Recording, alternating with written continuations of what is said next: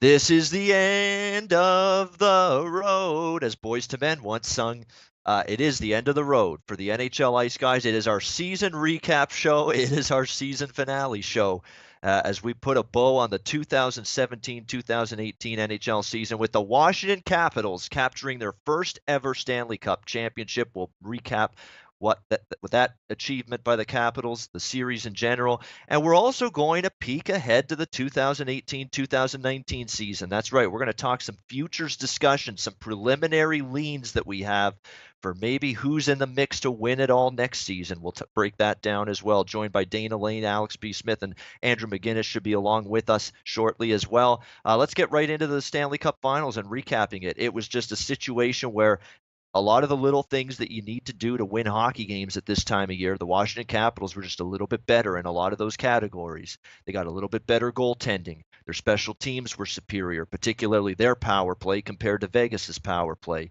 Their face-off wins. Man, that did not shine through anymore how much better Washington was in the face-off dot than in the last minute or so of that game last night. Vegas could not buy an offensive zone face-off win with the net empty down the stretch. Washington iced it a couple of times. Washington won the faceoff again for, I think, a third straight time after that. And Vegas never really got that great setup to try to tie that game late against the Washington Capitals when they were down 4-3 last night. So better in the faceoff. Just those intangible things. Washington was just a little bit better. They're bigger players. They're big guns. Ovechkin, Kuznetsov, Oshie were better than the Vegas big guns for the most of the series. Their secondary depth scoring was better. You got Devontae Smith-Pelly scoring big goals left and right for the Capitals. So did Jacob Vrana.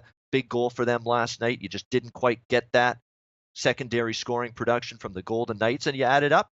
That's why Washington wins the series, and they won it in 5 games because they capitalized on their chances a lot. And it seemed like Vegas had to work a lot harder to put their chances away than Washington had and had to. And that was a big difference in the end. So congrats to the Capitals. Alex Ovechkin, again, nobody's deserved it more. 13 long years in the NHL, long suffering years where never getting out of the second round a single time prior to this season. Not only does he break that mantle down, he goes all the way to the Stanley Cup Finals and now wins his very first Stanley Cup. You feel good for Alex Ovechkin. You feel good for Nicholas Backstrom. You feel good for Jay Beagle. A lot of these guys that have served service time, I guess you could say, with the Washington Capitals over the last decade that have been with this team. Probably the 3 guys that have been with this team longer than anyone off the top of my head is Beagle, Ovechkin, and Backstrom. Carlson's been there a while now too, but definitely those 3 guys stand out. They've suffered. They've had the pain. They've had the agony. They've had all the blues from all these playoff exits, playoff disappointments. Now they're finally rewarded with a Stanley Cup. Congratulations to the Capitals. As for the Vegas Golden Knights, I don't want to hear anyone say, "Oh, what Vegas Golden Knights crap the bed." No, no, no. This is a phenomenal season. This is a fantastic accomplishment getting to the Stanley Cup Finals. And I love, actually, believe it or not, I know the locals in Vegas will not agree with me, as a few of them won't. They say, oh, we came so close, we had to win it. We had to finish the deal. Well, guess what? If you win the Stanley Cup in your first year, what's your incentive and your thirst to come back year after year after year and be as excited for the season if you win your Stanley Cup in the very first season of your existence? Now the chase to win it and that thirst, that desire, that motivation to win the cup, now that you came so close this season, it's there. And that fan base, at least in my opinion, they're going to be stoked for next season because now that thirst, that chase for the Stanley Cup, we came so close. Now I'm into this team big time. I want to enjoy the ride. I want to enjoy the chase to win this first Stanley Cup now that we came so close. I think this is a good thing for that franchise, for that fan base, and for the health of the franchise moving forward that they came up short because now you've still got this ultimate goal of your first Stanley Cup championship, still something that A, is still in front of you, and B, is going to keep the fan base locked in and geared up and ready to keep coming back year after year after year to cheer on this hockey team. I think that's a big thing. All right, that's my take. Let's get around the horn and start with Dana because he's the local in Las Vegas. Thoughts on the season for both the Capitals and the Golden Knights and the series in general, Dana? What did you think? Well, congratulations to the Washington Capitals for sure. Just a quick thought about them. I mean, it is amazing. Back in October, we've talked quite a bit about Las Vegas and how they've always played with the chip on their shoulder and how they were inspired on a day in day out basis. But the fact of the matter is, if you remember back to October, I mean, people were calling Alex Ovechkin old. They were saying that this is going to be they can never beat Pittsburgh. I mean, all those things in the media really created a chip on their shoulder as well. I thought, um, you can't help but to watch Alex Ovechkin last night, and he's grown on me throughout his career. I didn't always love Alex. I didn't always love the way he handled himself, but like anything else, through maturity, we do things a little bit differently. And to see the pure jubilation on his face last night and the joy, I mean, it's really hard to not be happy for him. And Barry Trotz, and we'll see exactly where Barry Trotz ends up. Maybe he's gonna get re-signed by Washington, but obviously the rumors are out there that he might go to New York. I don't know. Obviously that depends on what John Tavares. I would think that depends on what John Tavares decides to do, which is a whole other subject. But from the Capitals standpoint, I mean, they were deeper, especially down the middle. Their ability to it really came down to both teams being able to, which team would take advantage of the big time opportunities. And we saw, early on. I mean, Vegas not converting on a 5-on-3 in game two. Alex Tuck missing a wide open net. James Neal missing a wide open net. Even last night, I mean, there was plenty of opportunities for Vegas to not only take control of this game, but to also take control by maybe a couple goals. I mean, they were up in this game. I mean, they had more than enough chance. I mean, I kind of go back to the Thomas Tatar uh, opportunity. It was in a high slot. He had plenty of room to bring it in, to skate in close, get a quality opportunity off his stick, held the stick a little bit too tight, basically overskated the puck, and just didn't get a shot on net. And speaking of shots on net, man, there was plenty of opportunities, and we talked about this in the last show about there was plenty of chances to get quality shots in on Holtby. They were trying to be too fine, trying to go glove side. I don't understand for a goaltender that. Um, and I understand they were taking away, Washington obviously was a superior team as far as blocks, and so you had to elevate the puck a little bit. But Washington had no problem getting Fleur using his aggressiveness against him, and I think that's because they had a true quarterback on their power play, and Vegas just didn't have that true quarterback on the power play. So moving into next season, I mean, I think really the focus, depending on what's going to happen with James Neal, David Perron, Lucas Spiza. It's really important. Carlson and Hala is going to be down the middle for sure. But I think the first thing that they really have to look at, if James Neal's not going to be there, you're going to have to find a replacement for him. But more importantly, before that even happens, I think third line center and maybe even fourth line center is something that they need to look at as well. I mean, I love Bellemare. I think he's a gamer for sure.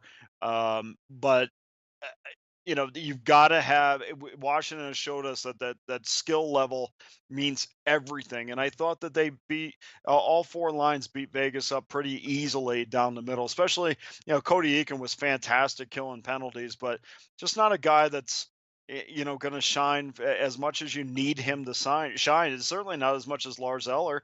I mean, that was really the key to me. I mean, I thought Washington was much better up the middle. They were much better up the middle and deeper.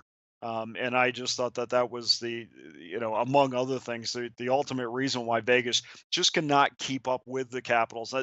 Let's be honest, guys. They played their best game last night. They left it on the ice last night, and Washington was just a better hockey team. And sometimes when we try to break these things down, we try to figure out why this and why that. Well, just kind of comes down to desire and being a better hockey team and having more skill. And that's really what Washington had last night. It's a great point. I mean, it's just a little bit better. it's not that Vegas was terrible for most of the That's series. right. Just Washington was a little bit better, and like I say, in all those areas that I rhymed off, I mean, there's so much. Just every single one of those areas, it seemed like Washington was just a little bit better in all of them. Alex B. Smith, your final thoughts. Let's give Alex B. Smith his golf clap for being the only fucking guy on this crew Yay, with the Alex brains got to one take the right. Washington Capitals last night and finish off the Vegas Golden Knights. Way to go, Alex. In all seriousness, great call. Washington finishes it out last night on the road. Your thoughts on the series and the season of the two finals participants?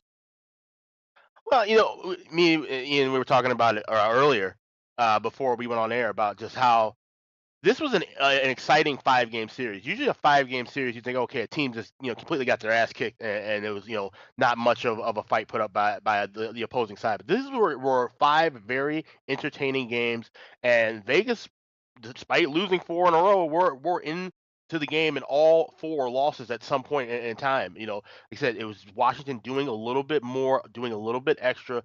The key things that, like I said, I talked about it over and over as we broke down the series about Washington with the timely passing, especially in Vegas' zone, cross ice, the blocking shots in their own zone, throwing timely hits and disrupting things in the neutral zone. They did everything right at the right time.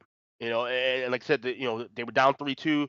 They didn't, choke up. They didn't freeze up. They kept playing their game. They were able to get back into the game, tied it up, and eventually got the go-ahead goal. They didn't deviate from their plan too much, and I think that was the thing with Vegas. I think Vegas kind of deviated from the plan a little bit, started making some changes around with the lines, and I think that just kind of threw everything a bit off kilter. And so that's pretty much where Washington was able to take advantage of it. But like I said, kudos to this organization, this franchise that I've shit talked them for years. I think a lot of us have. Choking in the second round every year, always having a great regular season, and then not showing up in March and April, and they proved all of us wrong. Ovechkin finally, he said 13 long suffering years with this franchise, and now he got the hoist the Stanley Cup. It was a great moment to seeing him. I can't imagine he has any shred of a voice this morning after seeing him screaming all over the ice last night. But it was a really good moment to see, and a great moment for the fans of DC too. Partying outside Capital One Arena. Like I said, it's a lot of long suffering fans. The 44 years that franchise has been around, they've gone through a lot.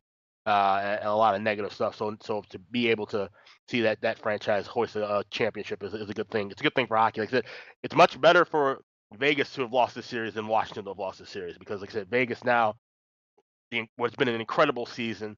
Like I said, we can't take anything away from them for how they played throughout this entire year. No one saw them ever being in this spot within a decade from now, more than likely, let alone the first year. So now they get to build back.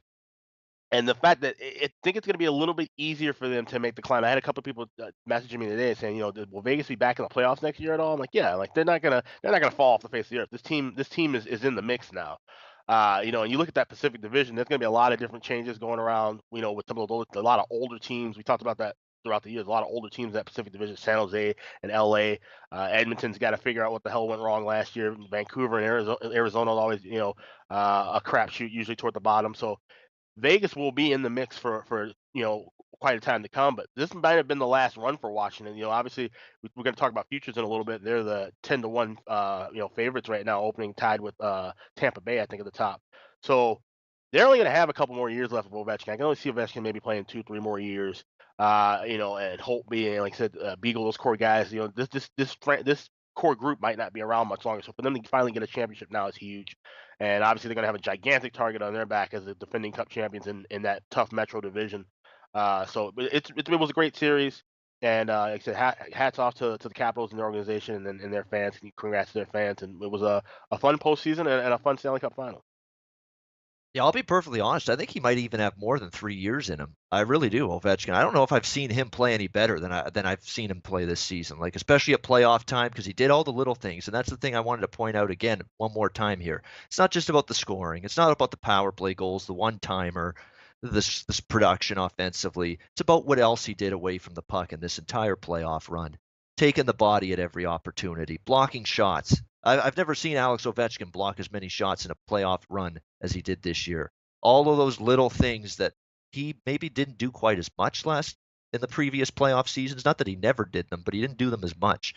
He was doing those little things, those intangibles this season. I think if he keeps himself in good physical condition, and I don't see any reason that he doesn't, Looks like in terms of his, conditioning, he's fine. He could honestly have 5 good years at least left in him, to be honest with you. I think that's possible for him. Will it happen? Who knows? But I think it's at least a possibility. He could go that long and still be a top flight player in the NHL. Andrew McGinnis, let's get him in to get his take on the Stanley Cup Finals, Andrew, and the seasons of Washington and Vegas. Andrew, go ahead. Yeah, guys, a phrase that I've often heard from many coaches and different media and players around just all kinds of different sports is hard work beats talent when talent doesn't work hard. And I think looking at that phrase and thinking about it, I feel like overall that was kind of Vegas's message throughout the entire season. Not that they didn't have the skill, but they were kind of like those guys that were sent away by their teams, and they all came together, and it was so great to see. So first of all, congratulations to Vegas on an exceptional season. Of course, congratulations to the Washington Capitals, Alex Ovechkin, all those guys, Barry Trotz, guys that deserve to be there. The long haul, to me, it's all about the chase. It's all about building a team, finally getting there. To be honest with you, remember when Tyler Seguin got drafted to Boston Bruins, pretty much immediately wins the Stanley Cup. I think it's more satisfying for Ovechkin right now because he had to go through that chase. He had to go through that adversity. He did not get it right away. It did not come easy. And it just goes to show that this Stanley Cup is one of the hardest trophies in sports to hoist over your head. And overall, look, I'm not going to say anything too bad about this Vegas team. Like Dana mentioned, he pretty much summed it up. Certain things they might need to shape up. But when it comes down to it, in my eyes, I think as far as the Washington Capitals go versus the Knights, they just had a little bit extra of an edge. I mean, my main message from our first episode of the playoffs was that NHL playoff hockey is not the same as NHL regular season hockey, and I think this Washington team very much so proved that. They proved that they have the skill. But look at number 43, right winger for the Washington Capitals, the first line, Tom Wilson. He's out there in the first 5 minutes last night, just absolutely throwing his body around. But he's also on the top line with two talented guys like Kuznetsov and Ovechkin, and he's scoring goals this playoffs as well. Then you look at the second line with Backstrom, Oshie, but heading down even further, Devontae Smith-Pelly still hung around in that fourth line with again another huge goal, goals in Game 4. Just absolute important plays. Chandler Stevenson, another fourth liner player.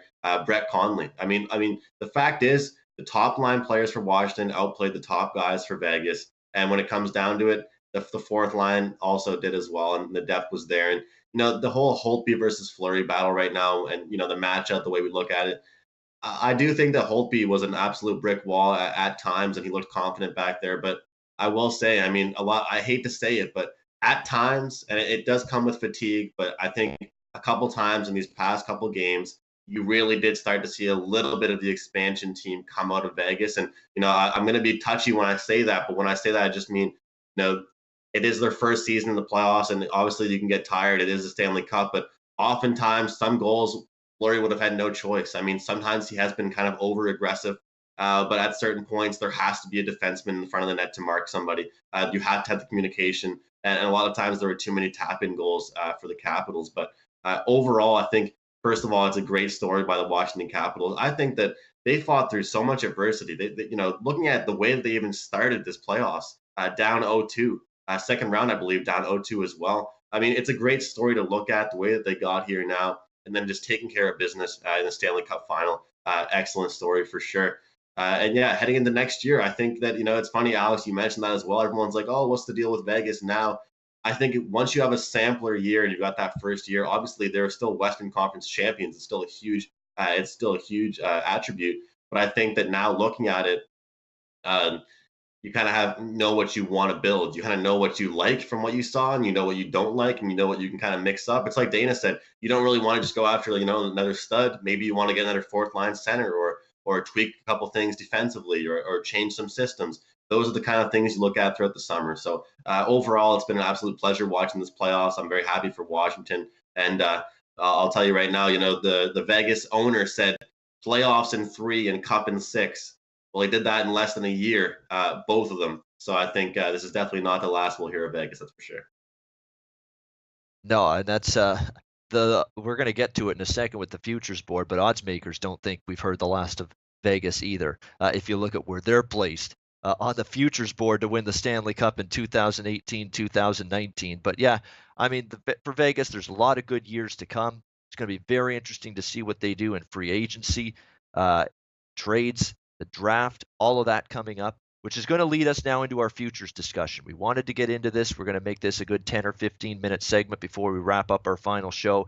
Again, we want to give viewers something that they can come back to this video, this episode in particular, in July, August, even into September, and just basically look at the futures board, get you thinking a little bit, toward next season, even though it is the summer months and usually people put hockey out of mind for a little bit over the summer. I know I even do that for a couple of months. I mean, hockey will be on the back burner. I'll keep up with the trades and the free agency activity and all that. But yeah, you get that little break. But this will allow people to come back, watch this video, and look at our initial thoughts about the futures board. Before we get into this fully, I will say this. There is not a single moment where you will see me in years past to this year or in future years make a futures wager the day after the season ends. It's just not going to happen. I've got to see trades play out. I've got to see free agency play out. These teams in a lot of cases are going to look much different in July and August than they do now, and going into training camp than they do now. So again, these are just leans. These are like just initial looks at the price,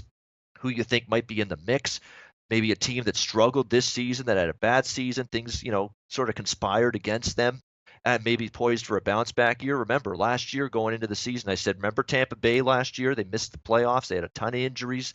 All kinds of guys were out. And what did they do this year? They got to the conference finals and almost, got to the Stanley Cup final and could have won the cup. So teams like that are poised for a bounce back, I like to target those particular teams moving forward. When you look at it, I'm looking at this odds board right now. The New York Islanders are 66-1. I'm not going to say they're going to win the Stanley Cup, but I see that price, and I see what Lou Lamoriello's doing. He's knocking some dead wood right out of there. Garth Snow and Doug Weight, who, again, is a coach that I was never firmly impressed with, is going to get, I think, a better head coach. Who knows who it's going to be? I know Barry Trotz is in the discussion. There's a couple players, or a couple guys in the Leaf organization that are in the discussion. That Lou Lamoriello is very familiar with, that have worked under Mike Babcock. He's targeted DJ Smith, one of Babcock's assistants. He's targeted Sheldon Keefe, who has been the Toronto Marlies AHL head coach the last few years and has done a phenomenal job with that group. They've been one of the best teams in the AHL consistently under Sheldon Keefe. I think those two guys are going to get interest in terms of the Islanders head coaching position.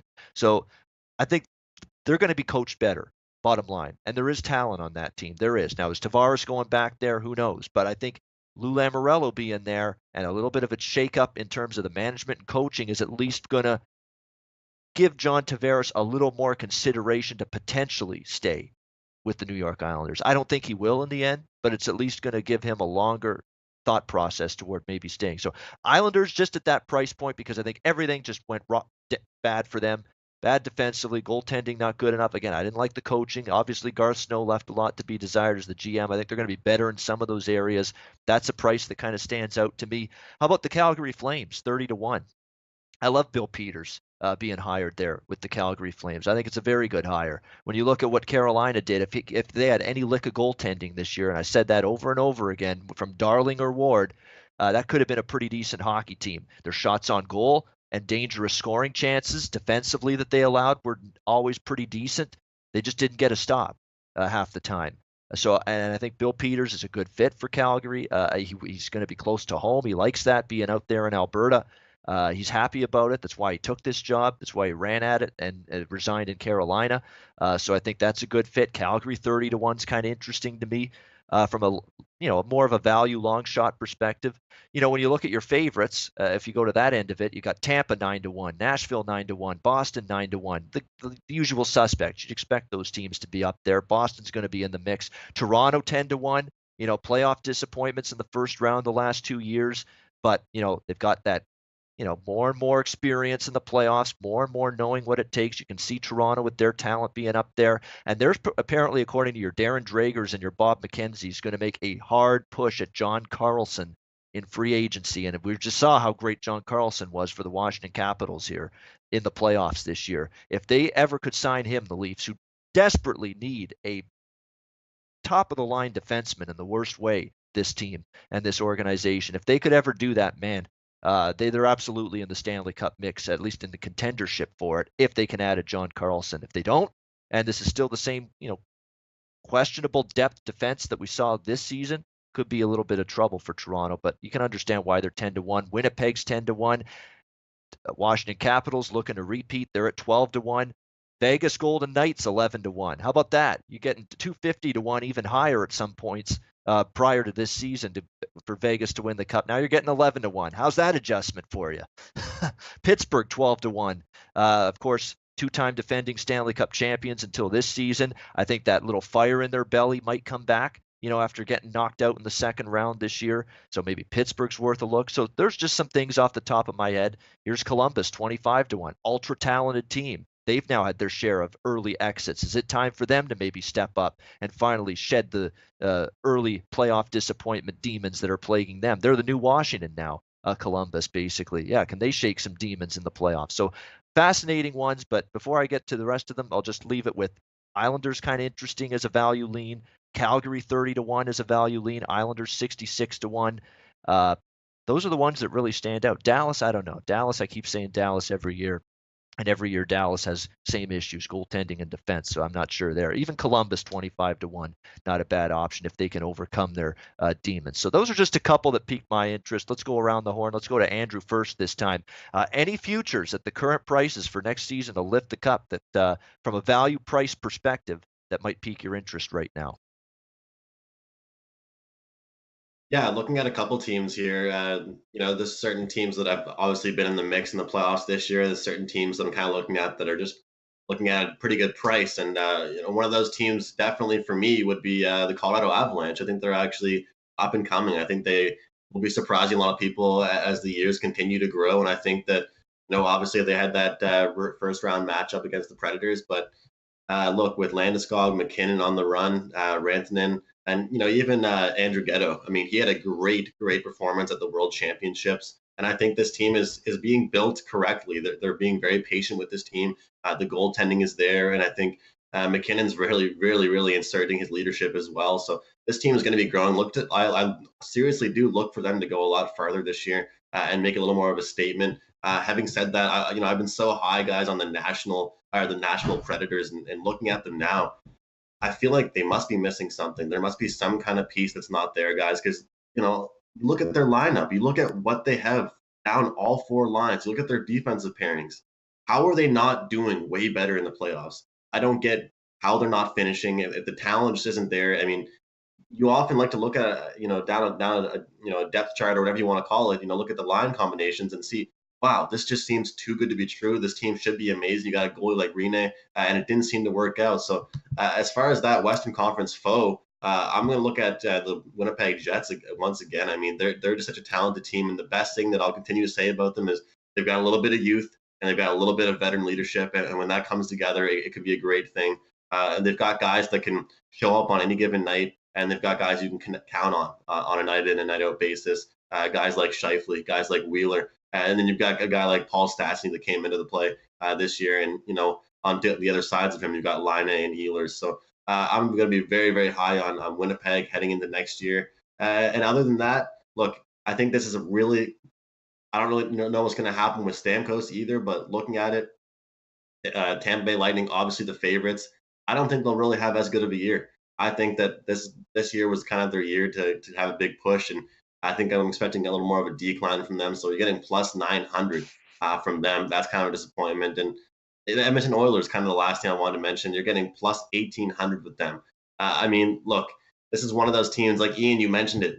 I remember you talking about it specifically earlier this year and last year with me about Tampa Bay Lightning and the transition you expected to see from them from last year to this year. And you know what? There's just far too much talent. The coaching is actually, in my opinion, very well done over in Edmonton. And there's just too many questions about this Edmonton team. I think they have to get better. They will be improved, and we'll see a complete different team this next year. So at that plus 1,800 price, look at the Edmonton Oilers as well. All right. I love the Colorado one. Definitely makes some sense. That's not bad, actually, that one. You can get Colorado plus, I think, 3,300, 33-1 in that range right now with the Colorado Avalanche. Let's not forget, they put a little bit of fright into Nashville in that first round series. I'm not saying that they pushed them right to the brink or anything, but it's not like Colorado was completely outmanned and overmatched by the Nashville Predators, who were one of the best teams. Well, were the best team in the Western Conference in the regular season this year, and of course went to the Stanley Cup Final the year before. So, Colorado definitely a little value there. I would agree with that. Alex B. Smith, futures wise, next season, 18-19 Stanley Cup. What kind of interests you from that standpoint?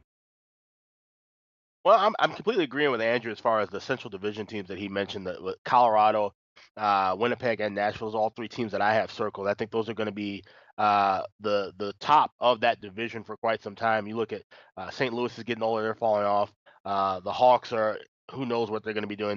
They're already saying there's going to be changes made, and they're going to be quick to pull the trigger on things if things don't go well early, which I don't expect them to go well early next year. So we're seeing these younger teams coming up now and making their mark. And so, yeah, Vegas is a team obviously I'll be looking at as well. But Winnipeg, Colorado, I think those are three of the younger teams, and they'll be younger next year. Obviously, Vegas, I assume will be younger overall next year. But definitely with Colorado and Winnipeg, two teams that are younger and a little more experienced. I think if Colorado can nail down and get a number one goalie, a confident, strong number one goalie, then that would make them a serious contender. And I think that's something that we're going to see happen a lot in free agency. I think we're going to see a lot of goaltender changes move around. We've got a lot of older goalies in the league, like I said, Pecorines and Carey Price, and I'm drawing a blank on in New York, Henrik Lundqvist. There we go. And so I think we're going to see those guys move around a bit and land with some teams, and maybe some of those older goalies going to a new place with a younger team that could really rejuvenate their careers, maybe make a run. I wouldn't mind seeing Henrik Lundqvist and Carey Price possibly be in Colorado. That could be a huge shift to transition that could maybe boost a younger team having that veteran leadership in the locker room. So those things will be, obviously we'll talk more about that. That will happen out in the summer with free agency and so forth. But another team that you mentioned, Ian, was Columbus. The team, if you look at their lineup, they're bringing a lot of guys back, and they had a lot of guys miss time with injuries throughout the middle of the year. They just scraped by to get into the playoffs. Of course, like I said, blew the 2-0 lead against Washington in the postseason. Now they nailed it on the head. They're definitely the new Washington right now. The way that they have collapsed in the two playoff series that they've had, in recent history. So they have to kind of shed that title quickly, and I think they have the talent to do that now. Goaltending, obviously, another team where goaltending might be in question. Obviously, Bobrovsky's been stellar during the regular season, but we haven't seen him do well in the postseason, so maybe that could change. Maybe they can add some pieces here or there. That's a team at 25-1 that I think that has a lot of value. Obviously, the Metro Division is going to be a deadlock division like it's been the last several years, and any of those teams really in that mix have a chance to make a deep run. Like I said, Pittsburgh, I think they're gonna at least learn from this year to not screw around at the beginning of the year and then have to try and fight their way back and get things taken care of in the second half. I think we're gonna see a good start from Pittsburgh next year. Much better start than we saw last year. So those are the things I look at more, like I said, than futures plays. I'm looking at what teams had questionable starts last year or had questionable or strong finishes in the year, and then kind of play on that and look at those things more of a game to game or even a divisional or conference betting as opposed to for the cup itself. Yeah, I mean that's definitely something to look for. Isolate, you're right. I mean, bad starts, good finishes. Look, there's a team I haven't mentioned yet, or I don't think any of us have yet, that falls into that category this season. And it was a bad start, great finish that almost but didn't quite get them into the playoffs. Was the Florida Panthers? I mean, Florida Panthers were a team that came on strong. The thing that concerns me is where they go with their goaltending now. Reimer's not a number one guy. Luongo's not getting any younger. So that's a concern. It's also the concern I have with Colorado. I think the value is great with them, but Semyon Varlamov, he's only good half the time, and he's hurt the other half of the time. That's the issue with him.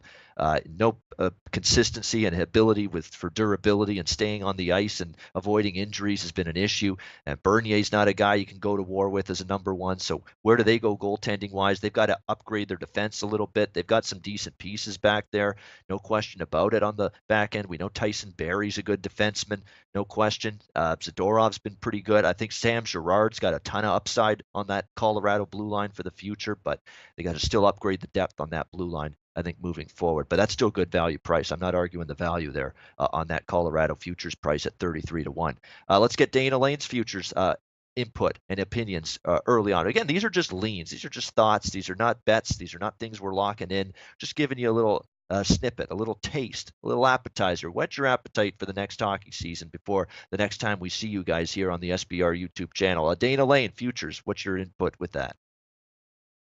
Well, I think when you're looking at futures, you have two options. I mean, number one, I want to see. I think cap space is incredibly important. Yes. I mean, if we must talk about future odds today, so number one team with cap space, our projected cap space is going to be the Carolina Hurricanes, and they'll have about 32, just under 33 million to spend. And we know that the Carolina Hurricanes have had an upheaval there. I mean, there's a new head coach, even down to the new video guy. They have a new goaltending coach. I mean, everything's going to be brand new there, and with that, maybe a change of culture. And then you got $33 million to play with as well. And what I'm looking at, they're at 75 to 1 right now. So if you can look at it like that and say, wow, I can get 75 to 1 with a team that's got a lot of room, potentially a brand new culture there, and talk about an organization with a chip on its shoulder. I mean, this is an organization that's kind of yeah, there was a lot it was expected of them this season with all the moves that they made. That didn't obviously pan out. Now let's see if you're taking a shot on a long shot, 75 to 1 looks like something that I might take advantage of. But as far as the teams that are already established, that are very close, you might not get 75 to 1, but my goodness, guys. And as a general rule, and I do not bet futures. Okay, but as a general rule, I take the two teams that just made the Stanley Cup final and throw them out. I just even if you're a team that lost, there is a certain amount of accomplishment, or as I like to say, your belly's full a little bit. I think we kind of saw that a little bit with Nashville. We kind of saw that, even though that they won, with the Penguins this year. There wasn't that fire against the Washington Capital team that this was way too hungry for the Stanley Cup. So I always, and not saying that Vegas is going to do that, because there's a lot of different things they're going to be a different team next year. Perron's going to be probably gone. There still has to be a decision on James Neal. Depends on what kind of term he wants on his contract, what he's asking for. But there is going to be a lot of changes in this organization. But let's not also forget, this is an organization that's going to have about $31 million to spend under the cap. So they're going to be completely different as well. So as a general rule of thumb, I don't take those teams that just got through playing. But in Vegas's case, if I'm John Tavares, if I'm John Carlson, if I'm any free agent in this league, and I'm looking at what Las Vegas did on and off the ice, if I'm looking at the fan base I'm coming to and the passion that they display for this team, man, that is something that I want to be part of. So maybe Vegas is a team, if you like them, that you might want to get on top of them right now, because hey, New York can do all they want as far as the changes are concerned, but John Tavares wants that ring. And Tavares gave them a lot, 9 years with one playoff appearance.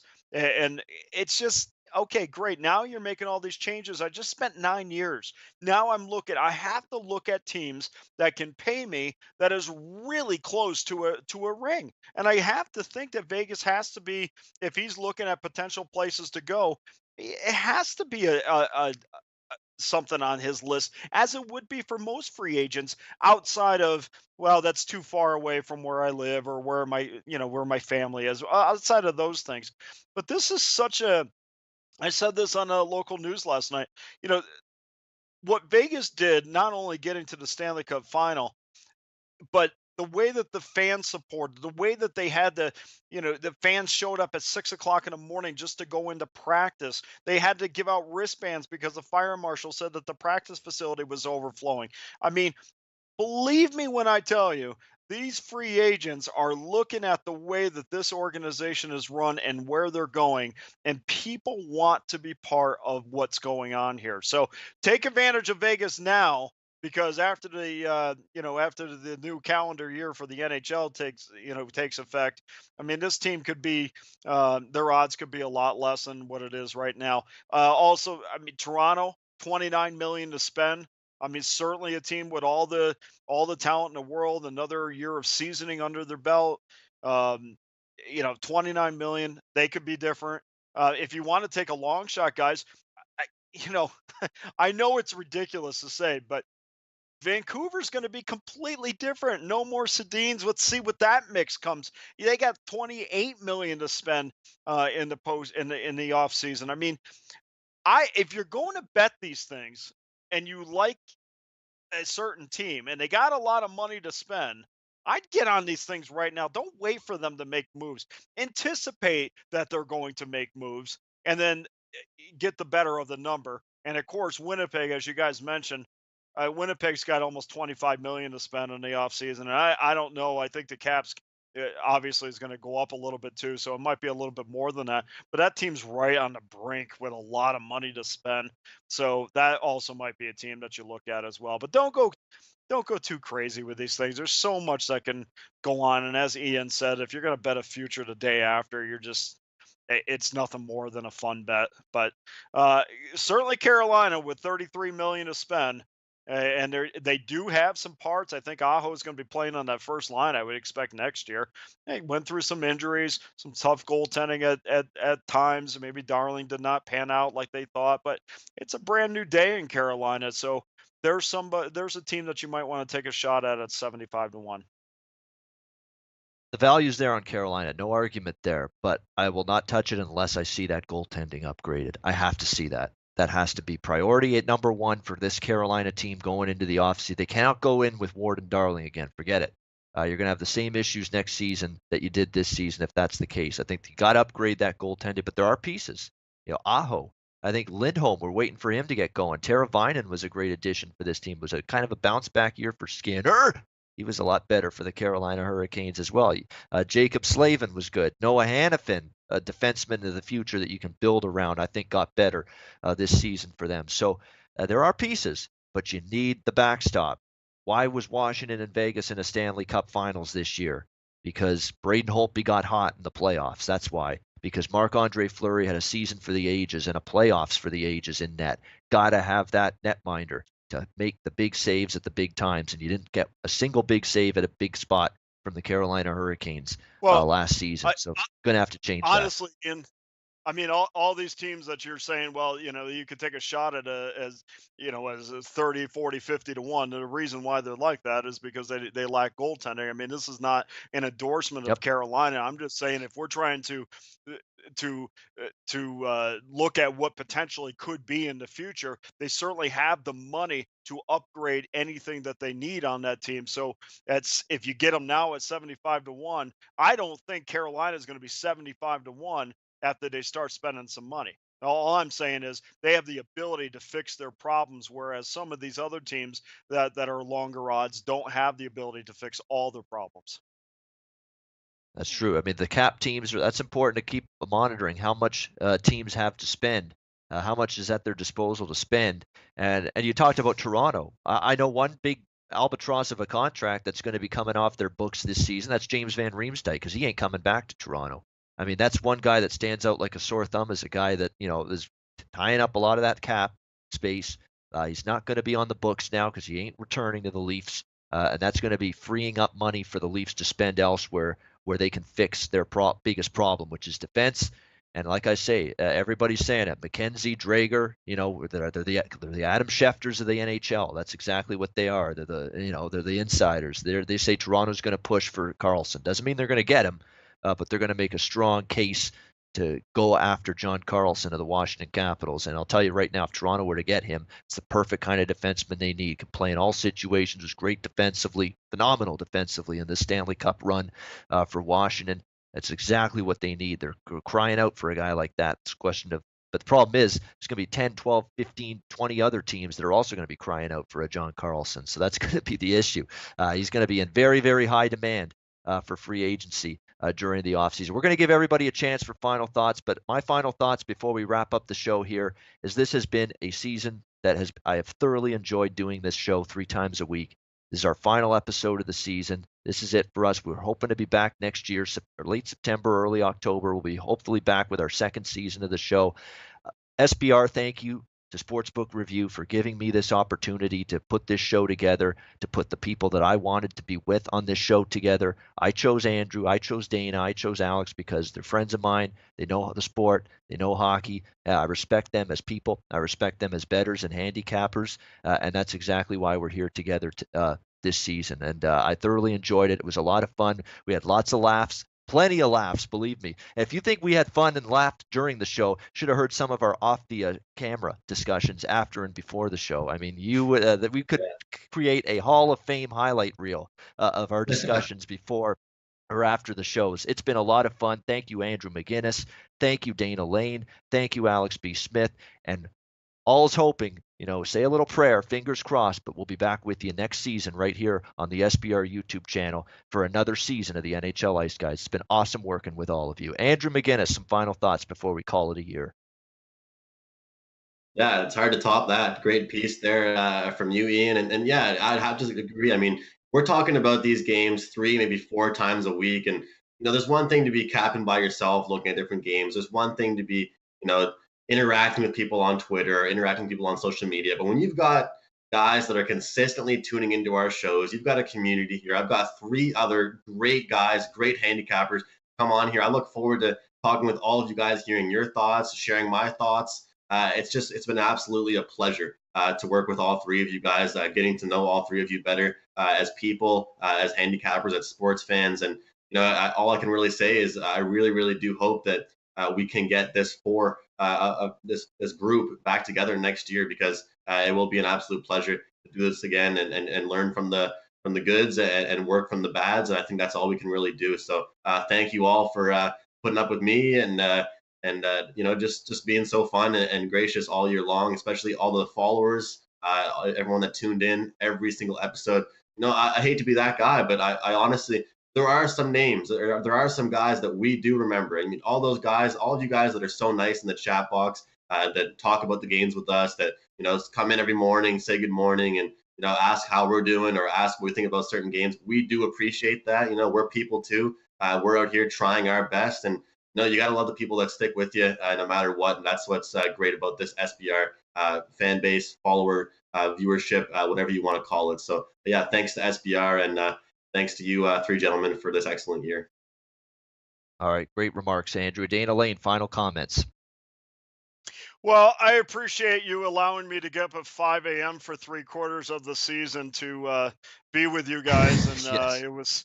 it was absolutely amazing to roll out of bed and to have all the bright lights around me. So I appreciate But that. we did do something about that come playoff time. So that's the good news. We helped you out. Yeah, that's good. No, I appreciate you doing that 8 months in. That's awesome. But I will say this, guys. I mean, it's been fantastic. I love this sport, and there are times during the season where there's a lot of ups and downs. I mean, like I said, I mean, even though I woke up, I mean, you guys had to wake up too, and it's like some days you're dragging, but it's just you look back on this season and you just, man, everything is so worth it, because ultimately, not everything is going to work out for you professionally or personally with with things that you want to do. But when it's all said and done and you don't have this sport anymore, and it's gone for 2.5 months, you just realize how much you love it. I mean, it's in your DNA. And I love other sports, but there's something about the NHL, and there's something about the people in the NHL, and the way they handle themselves, and the fans. And for me personally, I'm just watching people line up at City National Arena to watch practice every day. I mean, and my best Iverson impression, and it just you guys are watching practice, and how much it brought this community together, and the glue that this city desperately needed, that is there now to bring us together as a city. And not only the financial ramifications of the positive financial impact, but the social impact too. To watch my daughter last night, um, she's sitting there with her Carlson jersey on, and she's crying. And she wouldn't even cared about hockey 2 years ago. Just something dad did all the time. And now she's, FaceTiming with her friends about, oh, that happened and this happened. And I think William Carlson's got great hair and, things I don't need to hear. But the social impact is amazing. And that really, to me, is so much more than wins and losses. To watch these kids in school wear their Golden Knights stuff proudly and talk about it, and they're not talking they're not talking about race, and they're not talking about gender and their differences. What they're talking about is their hockey team, and that's what professional sports does for a city. So, to Bill Foley and to the Maloofs for sure, who really got the ball rolling on this thing, and all the way, the George McPhee and the people that got up early to get a wristband just to watch Marc-Andre Fleury take slappers from the point. I mean, it's amazing what this sport has done for the city, and it's a perfect marriage because Las Vegas needed professional sports. The National Hockey League needed Las Vegas, and I think it was two entities that had a chip on their shoulder, and I think they came together in a perfect marriage, and that's why I think no matter what the Oakland Raiders ever do in this town or any other team to come, uh, there is there is nothing that they will be able to do aside from another expansion team that will be able to touch what the Vegas Golden Knights have meant to this community, and especially after, the tragedy in October. And it just, I mean, I'm so thankful, finally, after 26 years in this town of wanting this sport to be here. I'm just so thankful to prove that we are a fantastic sports town. I'm thankful to prove everybody that thought we weren't wrong, and I'm looking forward to the future because, honestly, I believe in this city and I believe in the people in this sport, and I think this is probably the best thing that's ever happened to this town. All right, great stuff. Great little touch on the local scene as well and their input and impact on breaking through into the professional sports scene. Alex B. Smith, we've only got a couple minutes. Let's get your final thoughts. It's been a great season. Sorry, Alex. Well, I'll make it short and sweet like I usually always do. So, but no, this has been great. Like I said, waking up early in the morning is not an easy thing for any of us, and me especially. But you guys made it worth it. Working with you three is always a joy, always a blast. Like I said, two heads are better than one when you're doing handicapping. But now we've got four collective heads. 3 days a week, and I've learned a lot from you guys, and I've learned a lot from the commenters in the chat room. I appreciate those, all of them as well, coming in every morning and like I said, chatting with us and sharing opinions and bouncing ideas off of each other. That's what this is all about. We're all trying to win here, and if we can give each other positive information that help all of us win, then that's really what it's all about. So I appreciate working with you three. I appreciate SBR for having this show on, and hopefully we come back in October. And I appreciate everybody who's tuned in. If you watched it live, or you watched it on the replay, or you retweeted, or followed us on Twitter, any of that, I've had a lot of great comments, text messages and emails and everything, saying that they appreciate the show. And like I said, hopefully we can continue to come back and bring some more awesome information. And like I said, have a few laughs and just have a good time with the sport that we love. That's well said as well, Alex. That's it, folks. There is nothing left. And in the end, we are done for the summer. Thank you again. Heartfelt from the bottom of our hearts. Been a great season. Thanks to everyone for watching us from start to finish. For my great friends and co-hosts, Andrew McGinnis, Dana Lane, and Alex B. Smith. One more time I get to mention them. I'm Ian Cameron for Sportsbook Review. Have a great summer this year. We'll be back hopefully in September, October. Have a great summer. Thanks again for watching.